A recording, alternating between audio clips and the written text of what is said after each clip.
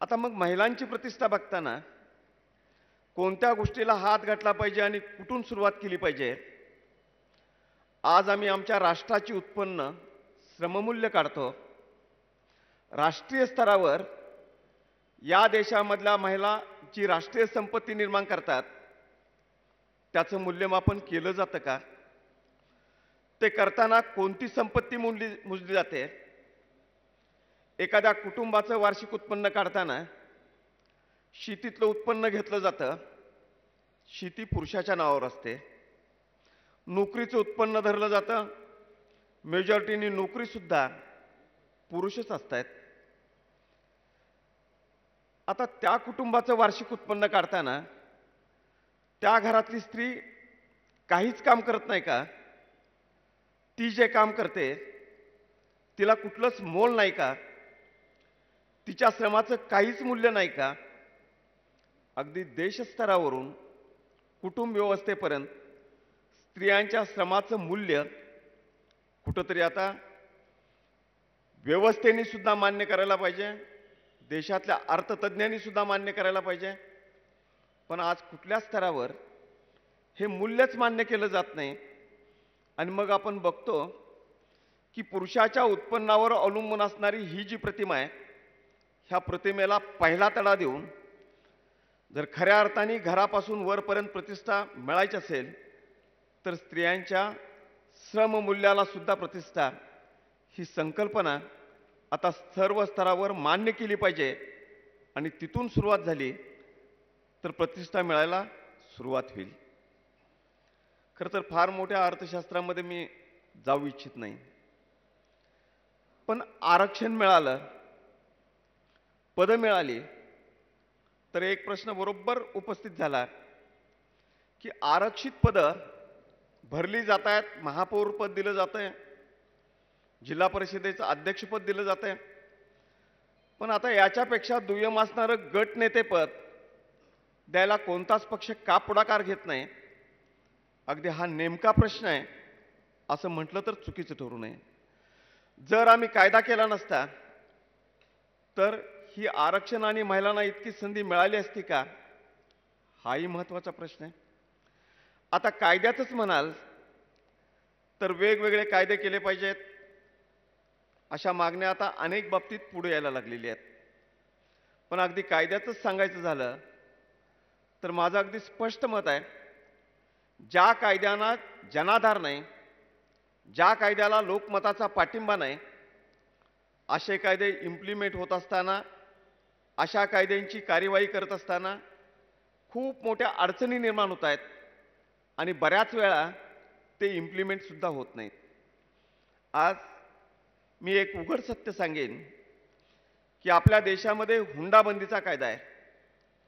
पण अलीकडच्या काळामध्ये माझ्याकडे पुरावे नाहीत, पण अगदी सत्य माहिती आहे की सर्वाधिक हुंडा जर मोठे नेते घेणार असतील, IAS अधिकारी घेणार असतील, तर सर्वसामान्य माणसं हुंडाबंदीचा कायदा अंमलात आणत नाहीत.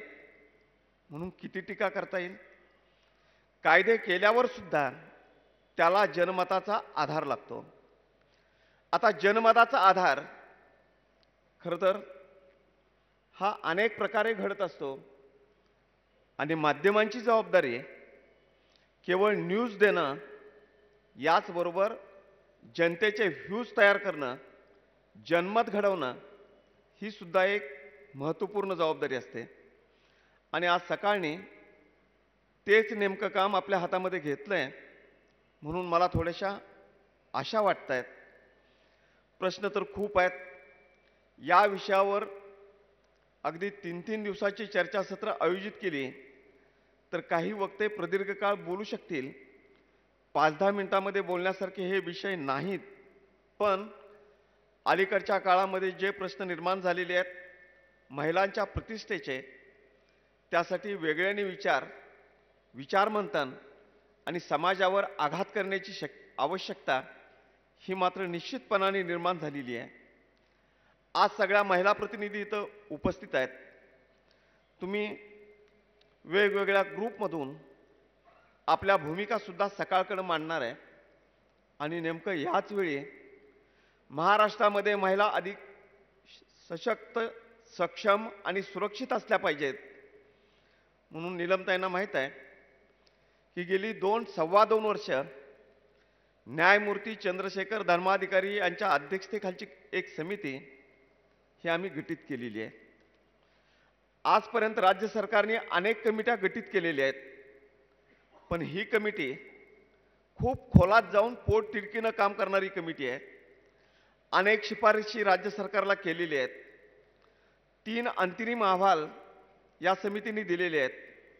मी आज सकाळ परिवाराला इतकंच सांगेन की न्यायमूर्ती धर्माधिकारी समितीचा अहवाल येत असताना आजच्या परिसंवादातनं, कार्यशाळेमधनं ज्या म्हणून सूचना येतील त्या सूचना केवळ सकाळमध्ये प्रसिद्धी मिळवण्यासाठीच उपयुक्त ठरणार नाहीत, तर न्यायमूर्ती धर्माधिकारी समितीचा अहवाल डोळ्यासमोर ठेवून महिलांच्या बाबतीमधली राज्यस्तरीय धोरणं ठरवताना धर्माधिकारी समितीसमोर ज्या सूचना असतील, ज्या शिफारशी असतील, त्या शिफारशीबरोबरच तुम्ही ज्या योग्य शिफारशी कराल, ज्या तुमच्या सूचना असतील त्या सूचनासुद्धा राज्य सरकारला आपली धोरणं ठरवताना निश्चितपणाने उपयुक्त ठरतील आणि त्या सूचनांचा समावेश महिलाविषयक धोरण ठरवताना आम्ही निश्चितपणाने करू, हा राज्य सरकारच्या वतीने मी खुला शब्द सकाळ परिवाराला देतो.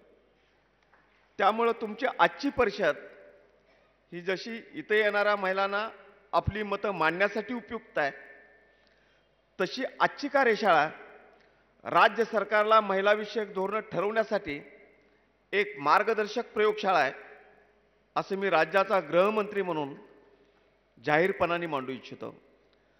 तुमच्या ज्या चांगल्या सूचना असतील त्या निश्चितपणाने त्यात अंतर्भूत होतील आणि आमचा प्रयत्न राहील आणि सगळ्याच पक्षाचं या बाबतीत आम्हाला सहकार्य आहे. काही गोष्टी खुलेपणाने आम्ही मान्य करू. 94 साली महिलांना आरक्षण देणारं धोरण, महिलाविषयक धोरण पवारसाहेबांनी मांडलं आणि महिलाविषयक दुसरं धोरण 1997 साली युतीचं राज्य असताना मांडलं गेलं. महिलांच्या बाबतीत या राज्यातल्या सगळ्या राजकीय पक्षांच्या भावना मनातनं कुणाच्या काहीही असल्या तर महाराष्ट्रातल्या जनमतासमोर प्रतिगामी बोलण्याची हिंमत एकही राजकीय पक्ष दाखवू शकत नाही. ही महाराष्ट्रातल्या समाजसुधारकांची पुण्याई आहे असं म्हटलं तर चुकीचं ठरू नये. आता सगळ्यांच्याच भावना आहेत. महाराष्ट्रामध्ये महिलांना आरक्षण मिळालं पाहिजे, महिला सुरक्षित झाल्या पाहिजेत, चांगलं संरक्षण मिळालं पाहिजे आणि चांगली संधी आणि प्रतिष्ठा मिळाली पाहिजे. आज नोकरीत असताना प्रतिष्ठा मिळते का? मला आयुर्वेदाचार्य डॉक्टर तांबे साहेबांनी हा प्रश्न विचारला आणि मी त्यांना एका मिनिटात सांगितलं की बाकीच्या खात्याची मी हमी देत नाही, पण माझ्या खात्यामध्ये ज्या वरिष्ठ महिला अधिकारी आहेत त्यांच्या हाताखाली काम करताना अनेक पोलीस अधिकारी आणि कर्मचारी सुद्धा काम करायला तिथं नको त्या फार कडक वागतायत. ह्या तक्रारी किंवा बदली मागणीचे अर्ज माझ्यापर्यंत आलेले आहेत.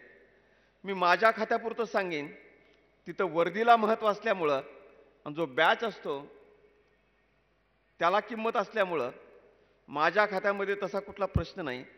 पण अगदी सगळाच विचार केला तर जरूर प्रशासनामध्ये सुद्धा, सेवेमध्ये काम करणाऱ्या महिलांना सुद्धा चांगली प्रतिष्ठा असण्याच्या दृष्टीने आज तुमच्या शाळेत, कार्यशाळेतनं ज्या म्हणून सूचना येतील त्या सगळीकडे लागू करण्याच्या बाबतीत आम्ही एकत्रितपणाने बसून निर्णय घेऊ.